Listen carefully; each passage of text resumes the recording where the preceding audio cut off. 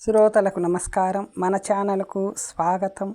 కథ సుందర సేనుని కథ.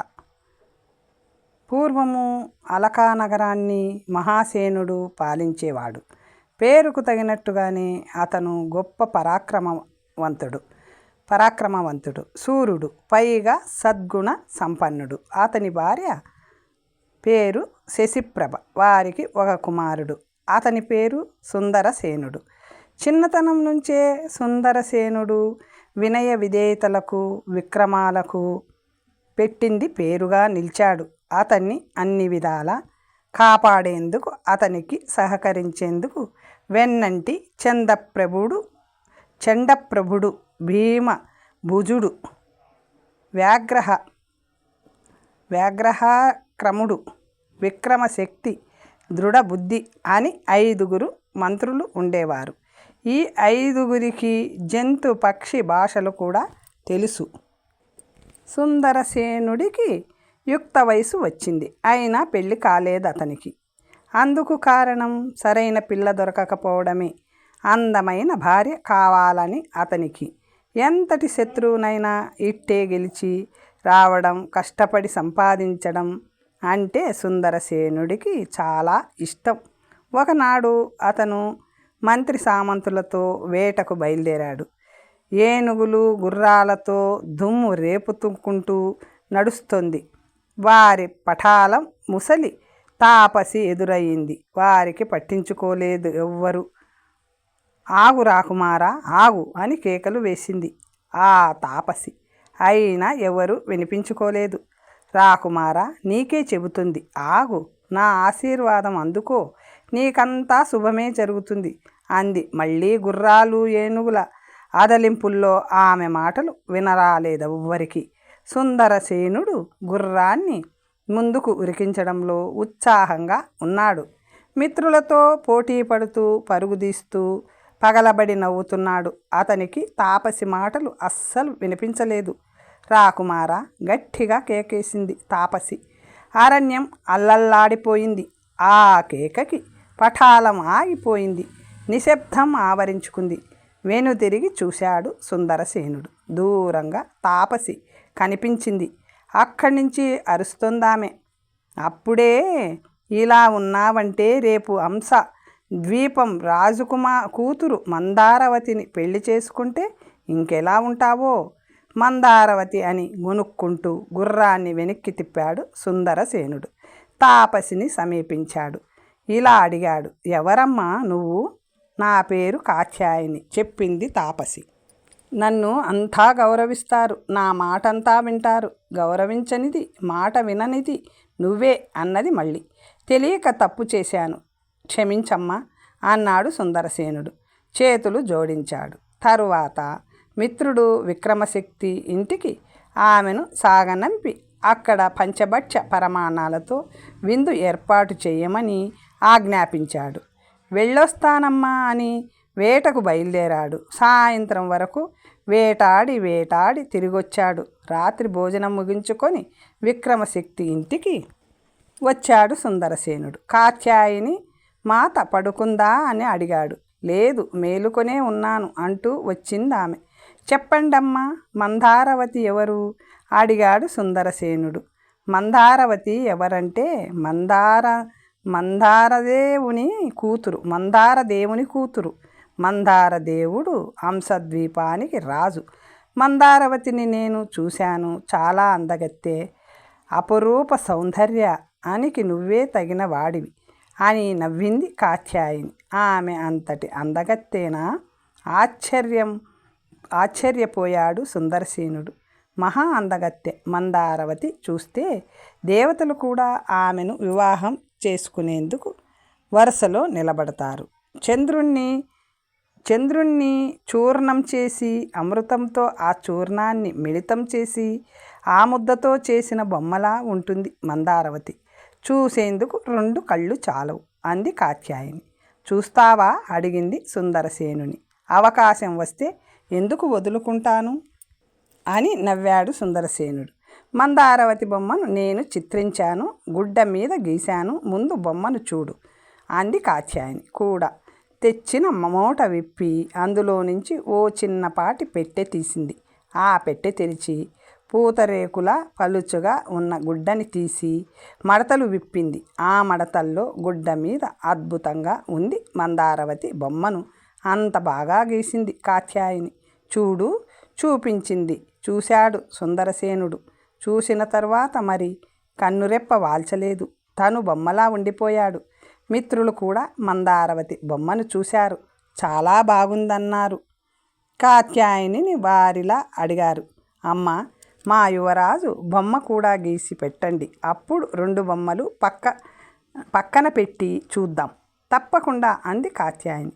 సుందరసేనుని బొమ్మ గీయనారంభించింది. గుడ్డ మీదే చిత్రించింది. సుందరసేనుడు ఎలా ఉన్నాడో అలాగే గీసింది. దాంతో మందారవతిని కల్పించి చిత్రించింది కాదని తెలుసుకున్నారు మిత్రులు. ఆ 2 బొమ్మల్ని పక్కన పెట్టి చూశారు. ఈడు జోడు బాగుందనుకున్నారు. సుందరసేనుడికి తగిన భార్య అనుకున్నారు. ఆ మాటే చెప్పారు యువరాజుకి. నవ్వాడు సుందరసేనుడు. తన బొమ్మ గీసినందుకు, తనకి మందారవతిని పరిచయం చేసినందుకు కృతజ్ఞతగా కాత్యాయనికి తగిన బహుమతులిచ్చి ఆమెను పంపించేశాడు సుందరసేనుడు. తరువాత ఆమె గీసిన 2 చిత్రాలను పట్టుకొని అంతఃపురానికి వచ్చి వాటినే పదే చూస్తూ ఉండిపోయాడు. తనని కలిసేందుకు వచ్చిన తల్లిదండ్రులకు ఏదో దాస్తున్నట్టుగా కనిపించసాగాడు యువరాజు. వారు దానిని గ్రహించారు. సేనుని మిత్రులని పిలిచి వివరాలు అడిగారు. వేటకు సేనుడు బయలుదేరడం, తాపసి తారసపడడం, మందారవతి చిత్రాన్ని చూపించడం అంతా వివరించారు మిత్ర బృందం. నీ కోరిక తప్పు కాదు బాబు. మా దగ్గర నువ్వు మందారవతిని దాచడమే తప్పు అన్నారు తల్లిదండ్రులు సుందరసేనునితో. సిగ్గుపడ్డాడు సుందరసేనుడు. మందారదేవుడు నాకు మిత్రుడు, నా మాట కాదనడు. మందారవతిని నీకిచ్చి పెళ్లి చేయమంటాను అన్నాడు తండ్రి. ఈ విషయమై మన సురతదేవుణ్ణి దూతగా హంసద్వీపం పంపుతాను అన్నాడు. మళ్ళీ అన్నట్టుగానే దేవునికి కాత్యాయని చిత్రించిన సుందరసేనుడి చిత్రపటాన్నిచ్చి పంపాడతను. ఓడలో ప్రయాణించి హంసద్వీపానికి చేరుకున్నాడు దేవుడు. మహారాజు మందారదేవుణ్ణి కలిశాడు. నేను అలకానగరం నుండి వచ్చాను. మా రాజు మహాసేనుడు మిమ్మల్ని కలుసుకోమన్నారు అని చెప్పాడు సురతదేవుడు. సుందరసేనుడు మా యువరాజు. వారు మీ అమ్మాయి మందారవతి చిత్రపటాన్ని చూసి మోహించారు. ఆ పటాన్ని తాపసి కాత్యాయని చూపించిందతనికి. తన అందచందాలకు సరైన కన్య దొరకకపోవడంతో ఇన్నాళ్ళు యువరాజు పెళ్లి చేసుకోలేదు. ఇప్పుడు మీ అమ్మాయిని చూసి ప్రేమించారు. పెళ్లి చేసుకుంటానంటున్నారు. యువరాజు గారు, మీ అమ్మాయికి తగిన వారు అందచందాల్లో మీ అమ్మాయికి ఏమాత్రం తీసిపోరు అన్నాడు. మళ్ళీ అలాగా అన్నట్టుగా తలూపాడు మందారదేవుడు. ఇది మా యువరాజు సుందరసేనుని చిత్రపటం, తిలకించండి అని చేతిలోని చిత్రపటాన్ని అందించాడు దేవుడు. అందుకున్నాడు మందారదేవుడు. చూసి విస్తుపోయాడు. మందారవతికి తగిన అందగాడు దొరకడనుకున్నారు ఇన్నాళ్ళు. ఇప్పుడు ఆ ఆలోచన తప్పని తెలిసింది. భార్యకు చూపించాడు పటాన్ని. అబ్బాయి చాలా బాగున్నాడండి, మెచ్చుకుంది రాణి. అయితే అమ్మాయి అభిప్రాయం కనుక్కుందాం అని చిత్రపటాన్ని తీసుకొని మందారవతి అంతఃపురానికి వచ్చారిద్దరు. విషయాన్ని వివరించి సుందరసేనుని చిత్రపటాన్ని ఆమె చేతిలో ఉంచారు. చూడమ్మా, అబ్బాయి నీకు నచ్చితేనే పెళ్ళి అన్నారు సిగ్గుపడుతూ సుందరసేనుని చిత్రపటాన్ని మెల్లమెల్లగా కళ్ళెత్తి చూసింది మందారవతి. చూసిన తర్వాత మరి చూపు తిప్పుకోలేదు. ఎంత అందగాడు, పేరుకు తగ్గినట్టే ఉన్నాడనుకుంది. సుందరసేనుని గుండెల్లో నింపుకుంది కూతురు. సిగ్గుచాటు నవ్వులు చిత్రపటం మీద నిలిచిన ఆమె చూపుల్లోని భావాలు గ్రహించాడు మందారదేవుడు. ఆ అమ్మాయికి అబ్బాయి నచ్చినట్టేనని నిర్ణయానికి వచ్చాడు. దూత సురతదేవుడికి తన అభిప్రాయాన్ని ఇలా తెలియజేశాడు. ఈ పెళ్ళి మాకిష్టమే. మా అమ్మాయికి మీ అబ్బాయి నచ్చాడు.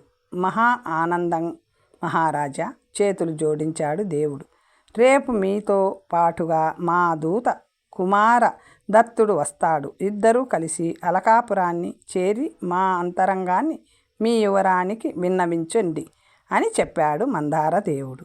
స్నేహం కోసం మేం ప్రాణాలనే ఇస్తాం. అలాంటిది మిత్రుడు మహాసేనుడు మా అమ్మాయిని కోడలిగా అడిగితే కాదంటానా? కాదనను. ఈ పెళ్ళి అన్ని విధాల మాకు సంతోషదాయకమే. అయితే పెళ్ళి ఎక్కడ చేస్తారు? ఇక్కడ మందార ద్వీపంలోనా లేక అక్కడ అలకాపురంలోనా? తేల్చి చెప్పమనండి. ఇక్కడ పెళ్ళైతే సుందరసేనుని తోడుకొని మీరు తరలి రండి. అక్కడ పెళ్ళనుకుంటే అమ్మాయిని తీసుకొని మేము తరలి వస్తాం అన్నాడు మందార దేవుడు. ఈ విషయాలన్నీ మా మాటగా మహాసేనునికి చెప్పండి, వెళ్ళిరండి అన్నాడు. కుమారదత్తుని వెంటబెట్టుకొని సురతదేవుడు అలకాపురానికి చేరుకున్నాడు. అంతా శుభమే అంటూ జరిగినదంతా మహాసేనునికి వివరించాడు కూడా. వచ్చిన మందారదేవుని దూతను పరిచయం చేశాడు. ఇక ఆలస్యం ఎందుకనుకొని పురోహితులను పిలిచి ముహూర్తాలు పెట్టండి అన్నారు. 3 మాసాల అనంతరం కార్తీక శుక్ల పంచమి మంచి ముహూర్తమని, ఆనాడు మందార ద్వీపంలోనే పెళ్ళి అని చెప్పి అవన్నీ వివరంగా రాసి దాన్ని కుమారదత్తునికి ఇచ్చి మందార దేవునికి అందించాల్సిందిగా చెప్పి పంపించారు. ఓడలో ప్రయాణించి వచ్చి మందార దేవుని కలుసుకుని మహాసేనుడిచ్చిన ఉత్తరాన్ని అతనికి అందించాడు కుమారదత్తుడు. పెళ్ళి ఇక్కడే మహారాజా. పెళ్ళికొడుకు సుందరసేనుని తోడుకొని పెళ్లివారు ఇక్కడికే వస్తారు చెప్పాడు మందారదేవుడు. ఆనందాన్ని పట్టలేకపోయాడు. 2 రాజ్యాలు పెళ్లి సన్నాహాల్లో పడ్డాయి. కార్తీక శుక్ల పంచమి కోసం ఎదురు చూడసాగాయి. పెళ్ళి 3 మాసాల అనంతరం అంటే మందారవతి తట్టుకోలేకపోతుంది.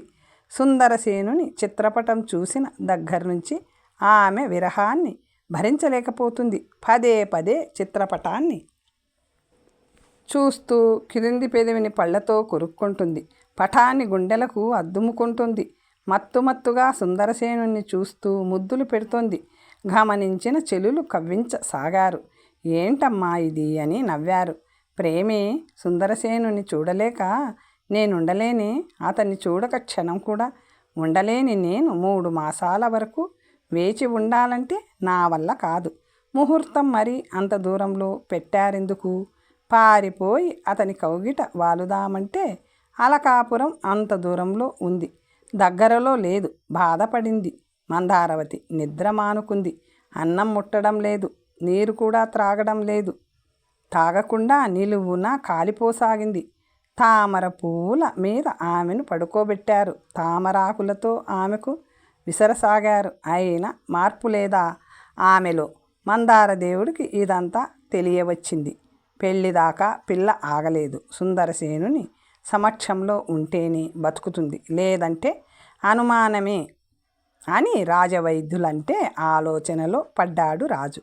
భార్యతోనూ మంత్రులతోనూ చర్చించాడు. కూతురి విరహ జ్వరం తగ్గాలంటే ఆమెను అలకాపురికి పంపడం ఒక్కటే పరిష్కార మార్గం అని తోచింది అతనికి. ఇందులో సిగ్గుపడాల్సింది కానీ పరువు ప్రతిష్టలు పోతాయన్న తలంపునకు కానీ తావు లేదనుకుని అందుకు సిద్ధపడ్డాడు. మహాసేనుడు నాకు మిత్రుడు. అమ్మాయిని అక్కడికి పంపితే అతనేమీ అనుకోడు.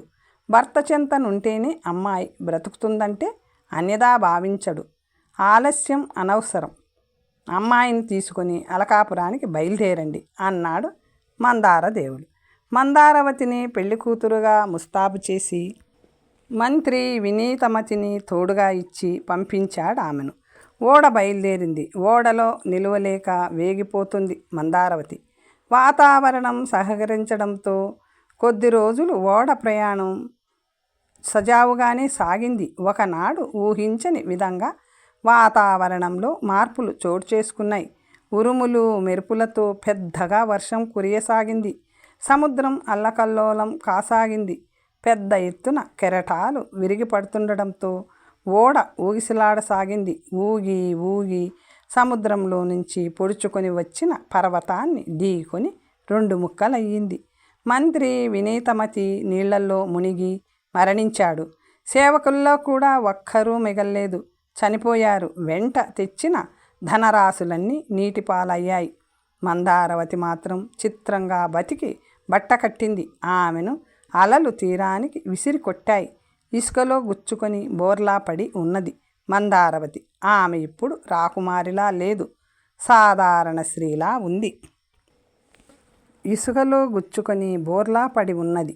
చాలాసేపటికి వరకు సృహ రాలేదామెకు. అలాగే పడి ఉన్నది. తెల్లవారింది. సూర్యోదయం అయింది. నీరెంటకు నిద్ర నుంచి మేల్కొన్నట్టుగా మేల్కొని కంటి మీది ఇసుకను తొలగించుకుంది. మెల్లగా తలెత్తింది. చుట్టూ చూసింది. అనంత సముద్రం ఒక ప్రక్క, మరో ప్రక్క చిక్కగా అడవి. తోడుగా వచ్చిన మంత్రి లేడు, పరిచారకులు లేరు. ఏమైంది తనకి? తానెందుకు ఇక్కడ ఒంటరిగా పడి ఉంది? అంతు చిక్కలేదు మందారవతికి. ఆలోచించసాగింది. గుర్తొచ్చాయి అన్నీ. దాంతో ఏడుపు వచ్చింది ఆమెకు. ఎక్కడ అంశద్వీపం, ఎక్కడి సముద్ర తీరం? హాయిగా అంతఃపురంలో తల్లిదండ్రుల దగ్గర ఉండక సుందరసేనుని కావాలనుకొని పొరపాటు చేశానే. దిక్కులేని దాననైపోయాను. భగవంతుడా, ఎందుకు నాకు ఈ శిక్ష? నేనే పాపం చేశాను? సుందరసేన, నిన్నే ప్రేమించి నిన్నే కావాలనుకున్నానే. అందుకు ప్రతిఫలంగా నేనే స్థితిలో ఉన్నానో చూశావా? రావయ్యా, రా, వచ్చి రక్షించు. మందారవతి దుఃఖం కట్టలు తెచ్చుకుంది. మాతంగ మహాముని సముద్ర స్నానం చేసి ఆశ్రమానికి బయలుదేరాడు. కూతురు యమున కూడా అతన్ని అంటిపెట్టుకొని ఉంది. ఆ ఇద్దరికి మందారవతి ఏడుపు వినరావడంతో అటుగా వడివడిగా అడుగులు వేశారు. ఏడుస్తున్న మందారవతిని చూశారు. ఎవరమ్మా నువ్వు? ఎందుకు ఏడుస్తున్నావు? అడిగాడు మాతంగ మహాముని. ఈ తీరానికి, ఈ అడవిలోకి ఎలా రాగలిగావు తల్లి? మళ్ళీ ప్రశ్నించాడు. సమాధానం చెప్పలేక తల వంచుకుంది మందారవతి. చెప్పమ్మా, సిగ్గుపడకు అనునయించాడు ముని.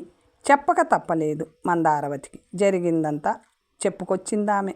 విన్న మౌని కళ్ళు మూసుకున్నాడు. కాసేపు ధ్యానించి ఇలా చెప్పాడు. దిగులు పడకు మందారవతి, దిగులు పడకు. ధైర్యంగా ఉండు. త్వరలోనే నువ్వు నీ ప్రియుడి సుందరసేనుని కలుసుకుంటావు. నిజమా మునివరా? ఆశ తోడిగింది మందారవతిలో. నిజమమ్మా, అంతవరకు నువ్వు నా ఆశ్రమంలో ఉందువు గాని రామ్మా. దగ్గరలోనే మా ఆశ్రమం అన్నాడు ముని. ఈమె నా కూతురు యమున. మందారవతికి కూతురిని పరిచయం చేశాడు. యమునలాగే నువ్వు నాకు ఇంకొక కూతురివి అని నవ్వాడు. మందారవతిని తోడుకొని బయలుదేరాడు. ఎవరీమె? మునితో పాటుగా వచ్చిన మందారవతిని ఉద్దేశించి ఆశ్రమవాసులు అడిగారు. అన్నీ తరువాత చెబుతాను. ముందు అమ్మాయిని విశ్రాంతి తీసుకోనివ్వండి చెప్పాడు ముని. కొద్ది రోజులు గడిచాయి. మందారవతి ఆశ్రమవాసిగా అందరి మన్ననలు అందుకోసాగింది. క్షేమంగా ఉంటుంది. గౌరీదేవి వ్రతాన్ని చేపట్టింది. పెళ్లి రోజు కోసం ఎదురు చూడసాగాడు సుందరసేనుడు. ఎప్పుడు పెళ్ళవుతుందా? ఎప్పుడెప్పుడు మందారవతిని కౌగిట బంధిద్దామా అన్న ఆత్రంలో ఉన్నాడతను. రోజులు లెక్కిస్తున్నాడు. ఒంటరితనాన్ని, ఏకాంతాన్ని కోరుకుంటున్న సుందరసేనుణ్ణి స్నేహితులు కలవలేకపోతున్నారు. మందారవతి లోకంలో ఉంటూ మిత్రులను పట్టించుకోవడం మానేశాడతను. పెళ్లి రోజు దగ్గర పడింది. అంశద్వీపానికి ప్రయాణమయ్యారంతా. గజ తురగమ దళాలతో బయలుదేరారు. ముందుగా శశాంకపురానికి చేరుకున్నారు. అక్కడి నుంచి సముద్ర ప్రయాణం చేయాల్సి ఉంది. శశాంకపురం సరిహద్దుల్లో సుందరసేనుడు ఉంటుండగానే ఆ ఊరి రాజు మహేంద్రాదిత్యుడు ఎదురొచ్చి సేనుని ఆహ్వానించాడు.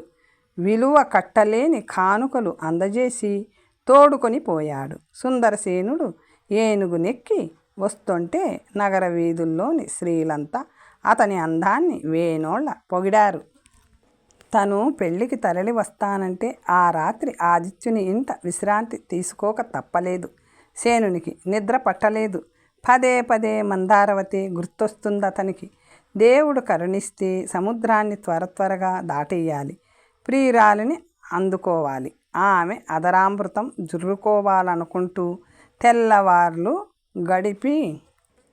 సూర్యోదయం కాగానే మహేంద్రాదిత్యుని వెంటబెట్టుకొని ఓడ ఎక్కాడు. బయలుదేరింది ఓడ. ఆహార పదార్థాలు, మంత్రులు కూడా వారితోనే ఉన్నారు. మరొక ఓడలో పరివారం అంతా ఉంది. 2 ఓడలు నైరుతి దిక్కుగా ప్రయాణించసాగాయి. 2-3 రోజులు ఎండ ఎలాంటి ఇబ్బందులు ఎదురుకాలేదు. తరువాత ప్రారంభమైంది పెనుగాలి. ఆ గాలికి తీరాన ఉన్న అడవులు ఊగిపోసాగాయి. సముద్రమైతే అల్లకల్లోలమైంది. నావికులు ఎంత ప్రయత్నించినా నావలను స్థిరంగా నిలపలేకపోయారు. దాంతో వారంతా సముద్రుణ్ణి శాంతించమని వజ్ర వైఢూర్యాలను దోషిళ్లతో పోసి నమస్కరించారు. అయినా ఫలితం లేకపోయింది. తెరచాపలు చించారు, చెరచాపలు దించారు. పెద్ద పెద్ద రాళ్లను గొలుసులకు కట్టి వాటిని నీటిలోకి దించారు. ఓడలు కదలకుండా ఉండేందుకు ప్రయత్నించారు. అయినా ఓడలు నిలవలేదు. నీటి మీద తేలుతున్న 2 ఏనుగుల్లా ఓడలు 2 ఊగిపోసాగాయి. కూర్చున్న చోటు నుంచి సుందరసేనుడు తూలిపడ్డాడు. యువరాజా, యువరాజా అంటూ అతన్ని లేవనెత్తేందుకు ముందుకు వచ్చిన మంత్రులను వారించి లేచి నిల్చున్నాడు సుందరసేనుడు. తర్వాత బాధగా అందరినీ చూసి ఇలా అన్నాడు. నా దురదృష్టం మిమ్మల్ని కూడా చుట్టుకుంటున్నది. క్షమించండి. నేను లేకపోతే మీరైనా ప్రాణాలతో ఉంటారేమో. ఉండడమే నాకు కావాలి. మీరంతా క్షేమంగా ఉండడమే రాజుగా నేను కోరుకునేది అంటూ సముద్రంలోకి దూకేశాడు. యువరాజా అంటూ మహేంద్రాదిత్యుడు అతనితో పాటు మంత్రులు కూడా సముద్రంలోకి దూకేశారు. సుందరసేనుని పట్టుకునేందుకు వారెంతగానో ప్రయత్నించారు. వీలు కాలేదు. ఎవరికి వారు అలలకు దూరంగా కొట్టుకుపోయారు. కాసేపటి గాలి నిలిచిపోయింది. సముద్రంలో అల్లకల్లోలం తగ్గింది. సుందరసేనుని ఎట్టకేలకు మంత్రి దృఢబుద్ధి కలుసుకోగలిగాడు. ఇద్దరు ఈదుతూ ఎటు వెళితే తీరం దగ్గరన్నది ఆలోచించసాగారు. అంతలో అదృష్టం కలిసొచ్చింది. వారు ఊహించని విధంగా పడవ ఒకటి కొట్టుకుంటూ వచ్చి వారి చెంత చేరింది. పడవను అందుకున్నారు. వారు లోనికి చేరారు. నడుపుకుంటూ గట్టున పడ్డారిద్దరూ. కాసేపు సేద తీరారు. తరువాత కన్నీళ్లు పెట్టుకున్నాడు సుందరసేనుడు. ఇలా బతికినందుకు ఆనందించాలో బాధపడాలో తెలియడం లేదు. పాపం మహేంద్రాదిత్యుడు ఏమైపోయాడో, మిగిలిన మంత్రివర్గం ఏమైపోయిందో తలుచుకుంటుంటే కన్నీళ్లు ఆగడం లేదు అన్నాడు సుందరసేనుడు. ఊరుకోండి ప్రభు, ఊరుకోండి ఓదార్చసాగాడు దృఢబుద్ధి. అందరినీ పోగొట్టుకుని ఇలా బతకడంలో అర్థం లేదనిపిస్తుంది. బాధగా ఉంది మిత్రమా అన్నాడు. సుందరసేనుడు గుండెను చేత్తో నిమురుకోసాగాడు. నాకెందుకో మనకి మంచే జరుగుతుందనిపిస్తుంది. మనలాగే మన మిత్రులంతా గట్టుకు చేరుకుంటారనిపిస్తుంది. దేవుడు దయామయుడు అన్నాడు దృఢబుద్ధి. నువ్వన్నట్టుగా జరిగితే ఆ ఆనందమే వేరు అన్నాడు సుందరసేనుడు కన్నీళ్లు తుడుచుకుంటూ. ఆ సమయంలో అక్కడికి 2 తాపసులు వచ్చారు. స్నానానికి వచ్చారా? ఆ తీరానికి దుఃఖిస్తున్న సుందరసేనుణ్ణి ఓదార్స్తున్న దృఢబుద్ధిని గమనించారు. ఏమైంది నాయన అడిగారు. జరిగిందంతా చెప్పాడు దృఢబుద్ధి. గత జన్మలో చేసిన పాపపుణ్యాలే ఈ జన్మలో సుఖదుఖాలు నాయన. వాటిని తప్పించుకోవడం మహామహా ఋషులకు కూడా అసాధ్యం. దుఃఖాన్ని పోగొట్టుకోవాలంటే దైవ ప్రార్థన చెయ్యాలి, లేదంటే మంచి పనులు చెయ్యాలి. దుఃఖం మీద ప్రతీకారం తీర్చుకోవాలంటే ఏదైనా మంచి పని చెయ్యాలి, అంతేకాని దుఃఖిస్తూ కూర్చోకూడదు అన్నారు. బాధపడుతూ కూర్చోవడం పెద్ద అనారోగ్యం. దానివలన లేనిపోని జబ్బులొస్తాయి. శరీరం కృషించిపోతుంది. శరీరం నాశనమైతే ఎందుకు పనికి రాకుండా పోతాం. మంచి పనులు చేసేందుకు ఆరోగ్యం కావాలి. ఆరోగ్యం కావాలంటే ఇలా బాధపడుతూ కూర్చోకూడదు అన్నారు మళ్ళీ. ప్రేమాభిమానాలు తప్ప నీకేమీ తెలియదు యువరాజా. నీ అమాయకత్వమే నీకు మంచి చేస్తుంది. త్వరలోనే నీకు శుభం చేకూరుతుంది. అందాక మీరు మా ఆశ్రమంలో ఉండండి. కాలక్రమంలో అన్నీ ఆలోచించుకోవచ్చు అన్నారు. మంత్రితో పాటుగా సుందరసేనుని తోడుకొని వెళ్ళారు. మంత్రులు విక్రమశక్తి, భీమభుజుడు సముద్రాన్ని ఈది ఎలాగైతేనే గట్టుకు చేరుకున్నారు వారు. చేరిన గట్టు సుందరసేనుడు చేరిందే. తమలాగే సుందరసేనుడు గట్టుకు చేరి ఉంటాడని ఆశిస్తూ అతని కోసం వారు అక్కడికి అడవిదారి పట్టారు. చండప్రభుడు, వ్యాఘ్ర పరాక్రముడు, మహేంద్రాదిత్య మహారాజు కూడా ఓ గట్టుకు చేరుకొని సుందరసేనుని కోసం వెదికి అతను కనిపించకపోవడంతో పెను దుఃఖంతో శశాంకపురానికి చేరుకున్నారు. అక్కడి నుంచి తరువాత అలకాపురానికి చేరుకున్నారు. జరిగినదంతా మహాసేనునికి వివరించారు. సుందరసేనుడు సముద్రంలో దూకేశాడని తెలుసుకున్న తల్లిదండ్రులు ప్రాణత్యాగానికి ప్రయత్నించారు. ప్రజలు వారించడంతో ఆ ప్రయత్నాన్ని విరమించారు. అయితే రాజ్యపాలన మీద మనసు లేని మహాసేనుడు ఊరి బయట ఉన్న శివాలయంలో తపస్సు చేస్తూ కూర్చున్నాడు. ఈ వివరాలన్నీ మందార దేవునికి తెలియవచ్చాయి. హంసద్వీపం ప్రజలు కూడా తెలుసుకున్నారు. అంతా బోరున విలపించారు. సుందరసేనుడు, మందారవతి ఇద్దరు కనిపించడం లేదని తెలియడంతో మందార దేవుడు కూడా మహాసేనుడిలాగానే ప్రాణత్యాగానికి పూనుకున్నాడు. మంత్రులు వారిస్తే ఊరుకున్నాడు. అయినా రాజ్యపాలన చేయలేనని చెప్పి పాలనా వ్యవహారాలన్నీ మంత్రివర్గానికి అప్పచెప్పి భార్యతో పాటుగా అలకాపురానికి చేరుకున్నాడు అతను. అక్కడ మితాహారాన్ని స్వీకరిస్తూ దర్భల మీద పడుకుంటూ తపస్సు చేయసాగాడు. ఇదిలా ఉండగా దృఢబుద్ధితో కలిసి సుందరసేనుడు ఒకనాడు మాతంగముని ఆశ్రమం దగ్గరగా వచ్చాడు. అక్కడ సరస్సులో స్నానం చేశాడు. ఒడ్డునున్న పళ్ళ చెట్లను వంచి నానా రకాల పళ్ళను కోశాడు, తిన్నాడు. బాగున్నాయని మెచ్చుకున్నాడు. మరిన్ని పళ్ళని కోసి తిరుగు ప్రయాణం అయ్యాడు. ఆ ప్రయాణంలో అతనికి ఒక శివాలయం కనిపించింది. నిలిచి దేవునికి నమస్కరించుకుంటుంటే నవ్వులు వినవచ్చాయి. అప్పుడు అటుగా చూశాడు సుందరసేనుడు. మునికన్యలు కొందరు ఆలయం ఉద్యానవనంలో పువ్వులు కోసుకుంటూ కనిపించారు. వారిలో మహాసౌందర్యవతి మందారవతిని చూసి ఆమెను మందారవతి కాదనుకున్నాడు సుందరసేనుడు. ఎవరో వనదేవత అయి ఉంటుంది, లేకపోతే అప్సరసాంగన అయి ఉంటుంది. అయితే మందారవతి పోలికలున్నాయి. మందారవతి అయితే బాగుండు అనుకున్నాడు. అనుకుని అంతలోనే ఆ ఊహే తప్పనుకున్నాడు. ఎక్కడ హంసద్వీపం, ఎక్కడి అడవి, ఇక్కడ మందారవతి ఎందుకుంటుంది అనుకున్నాడు. ఆ మాటే అన్నాడు మిత్రుడు దృఢబుద్ధితో.